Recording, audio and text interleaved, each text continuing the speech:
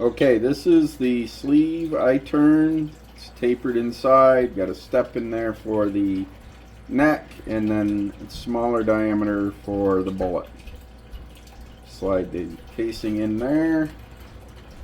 Start the casing in here. Drop the bullet in.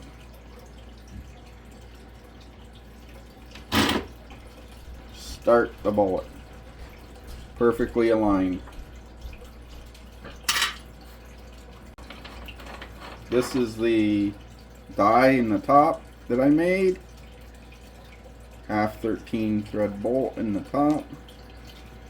And a brass insert.